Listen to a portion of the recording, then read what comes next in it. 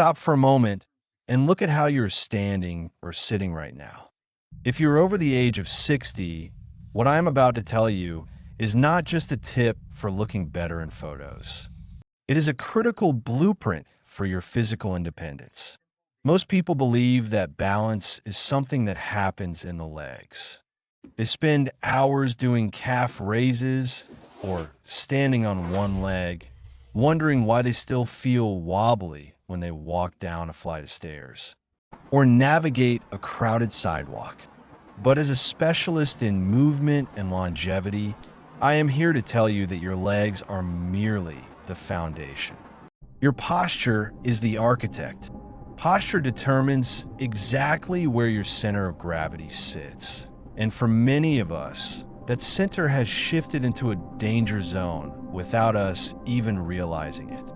Think of your body as a high-rise building. If the foundation is strong, but the steel beams are leaning 5 degrees to the left, the entire structure is under immense stress. Eventually, gravity wins.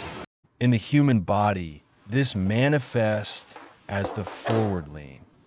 As we age, gravity pulls our chin forward, rounds our shoulders, and tilts our pelvis.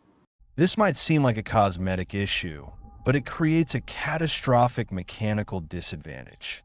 Even a slight forward lean of just an inch or two shifts your weight away from your heels and onto the balls of your feet. This forces your brain to work overtime to keep you upright. Your muscles become exhausted just from standing, and when a real challenge comes, like a trip or a slip, your body has no reserves left to catch itself. This is why poor posture is the silent thief of balance. But today we are going to reclaim that stability.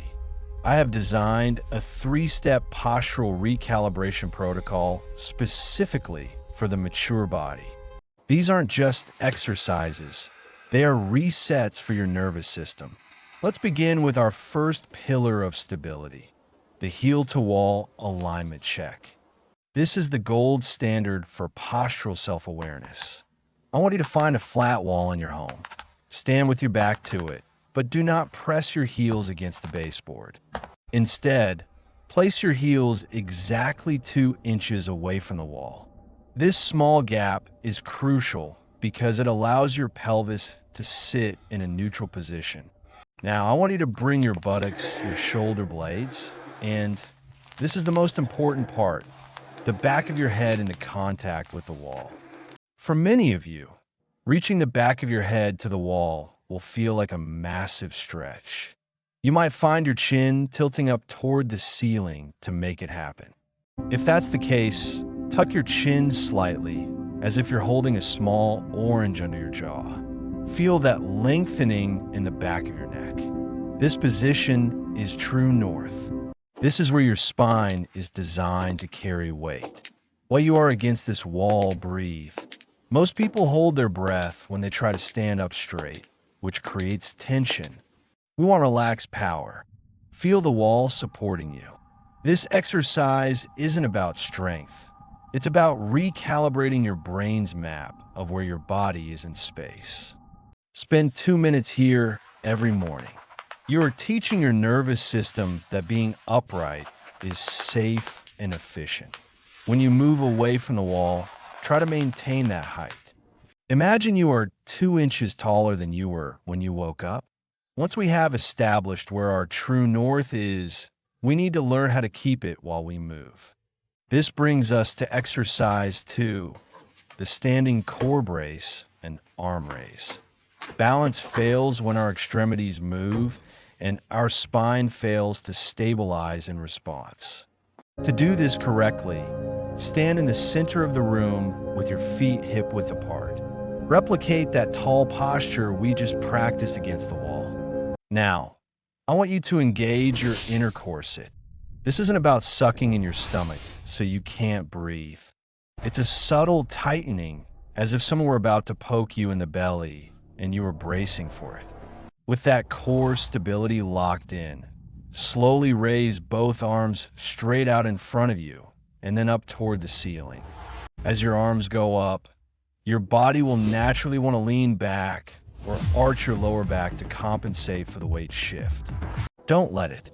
Use your core to stay perfectly vertical. The moment your arms move, your center of gravity moves. By practicing this controlled raise, you're training your stabilizer muscles to fire before you lose your balance. Lower your arms with the same control. Repeat this 10 times. It sounds simple, but for a body over 60, this is high-level coordination. You're proving to your brain that you can move your limbs without sacrificing the integrity of your spine. This is the secret to staying steady when you're reaching for a grocery item on a high shelf or opening a heavy door. Finally, we must translate these static gains into the most complex movement we do every day: walking. Exercise 3 is slow walking with posture awareness. Most falls happen while we are in motion, often because we are rushing and our head is outrunning our feet. We are going to reverse that. I want you to find a clear path in your hallway or living room. Before you take a step, visualize an imaginary silver string attached to the crown of your head, pulling you gently toward the sky. Take a very slow step forward. As your lead foot hits the ground, focus on the heel-to-toe transition. But here is the professional secret. Keep your chest open and your gaze forward, not the floor.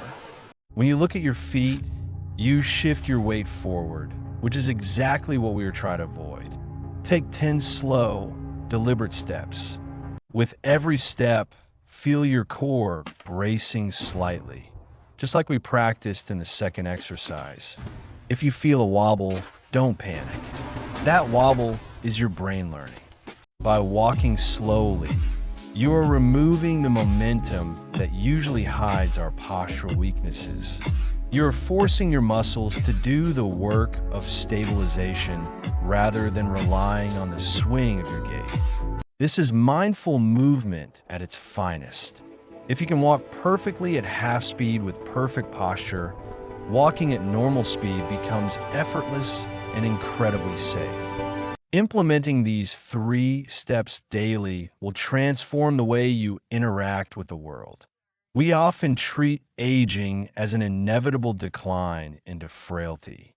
But much of what we call aging is actually just the cumulative effect of gravity on a body that has forgotten how to stand tall. When you fix your posture, you aren't just standing straighter. You are opening up your lungs for better oxygen intake. You are reducing the pressure on your joints. And most importantly, you're centering your weight over your base of support. I want you to commit to this. Your balance is your freedom. It is the difference between staying active in your community and being confined by the fear of a fall. You have the tools now. The heel-to-wall check for alignment, the standing brace for stability, and the slow walk for real-world application. Don't wait for a near miss or a trip to start caring about this. Start today.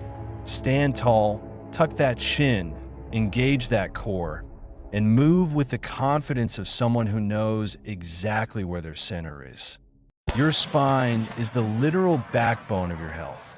Treat it with the care it deserves, and it will support you for all the years to come. Professional guidance and daily commitment are the keys.